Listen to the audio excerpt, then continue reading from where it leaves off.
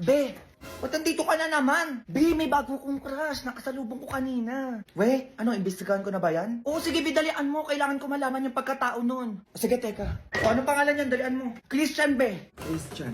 Siya ba to, Be, yung basketball player na matangkad moreno na naka-number 22 yung jersey? Patingin nga.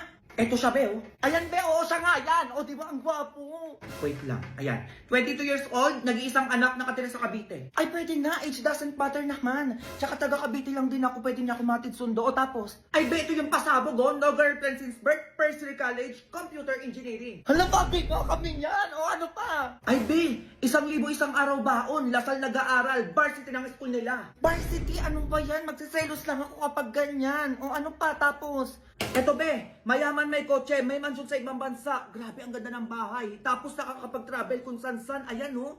Wait, totoo ba? Hala, grabe naman yung mapapangasawa ko, Be. Uy, okay ka naman dyan, Be. Ano mapapangasawa mo?